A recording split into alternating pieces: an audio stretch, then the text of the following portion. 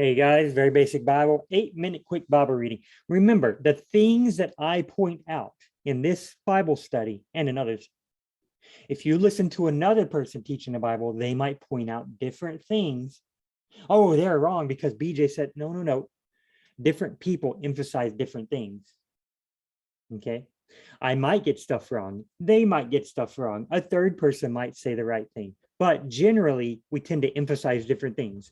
Just because I bring out these specific things, whenever you go to listen to other people teach the Bible, just remember they might emphasize different things, and that's okay. All right, here we go. Start our 8-minute timer on my phone.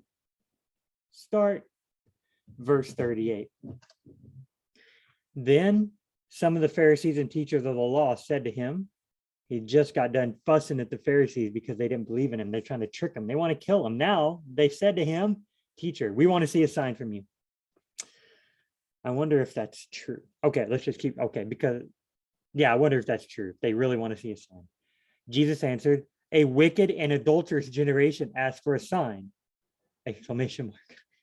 But none will be given it except the sign of the prophet Jonah. For as Jonah was 3 days and 3 nights in the belly of a huge fish, so the Son of Man will be 3 days and 3 nights in the heart of the earth. That's weird. They'll figure out what that means later. The men of Nineveh, who Jonah preached to, will stand up at the judgment with this generation and condemn this generation. For the men of Nineveh repented at the preaching of Jonah, and now something greater than Jonah is here, Jesus. The queen of the south will rise up at the judgment with this generation and condemn it, for she came from the ends of the earth to listen to Solomon's wisdom, as in like 1 Kings chapter 8, 9, 10 tells that story. Now something greater than Solomon is here. She came to listen to Solomon. Nineveh listened to Jonah. Why won't you Pharisees listen to me? When an impure spirit comes out of a person, because he was just driving out demons earlier, remember? So this might be the same. This might be the same time. Okay, we haven't been told it's not.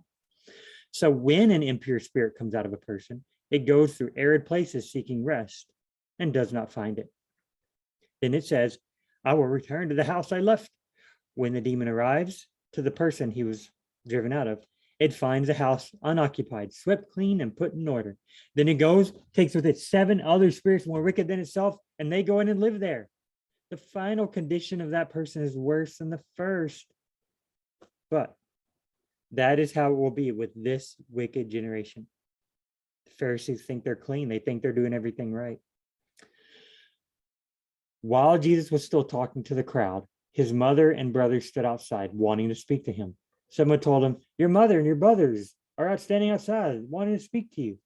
Jesus replied to him, who is my mother and who are my brothers? Pointing to his disciples, he said, not necessarily the 12 disciples, all the people who legitimately follow Jesus. Here are my mother and my brothers. For whoever does the will of my Father in heaven is my brother and sister and mother. Okay. I'm guessing he loved his family, but I've come to turn father against son. I mean, That same day, Jesus went out of the house and sat by the lake. Okay. So he's in a house, he goes out to sit by a lake. Such large crowds were gathered around that he got into a boat and sat in it, while all the people stood on the shore. Then he told them many things in parables, saying, a farmer went out to sow his seed. As he was scattering the seed, some fell along the path, and the birds came and ate it up.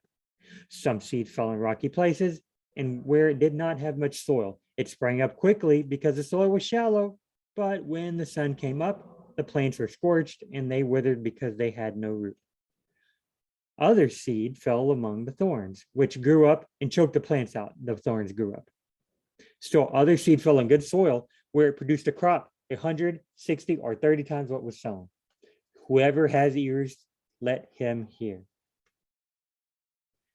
The disciples came to him and asked, probably in the house, why do you speak to the people in parables? Probably later in the house. Okay.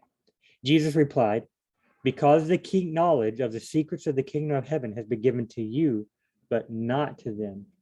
Whoever has will be given more, and they will have an abundance. Whoever does not have, even what they have will be taken from them.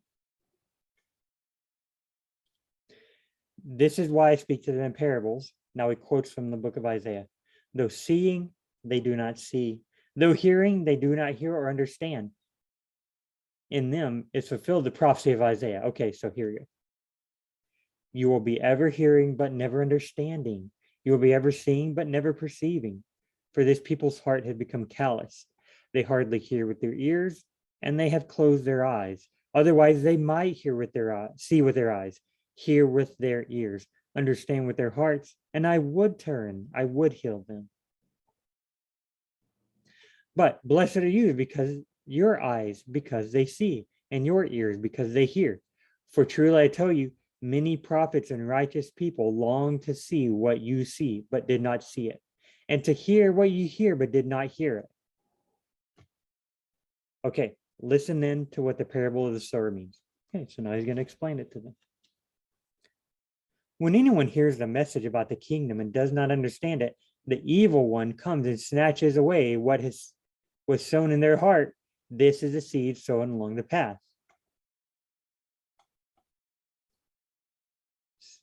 Fell along the path, and birds came and ate it up. Okay. Rocky places, thorns, good soil.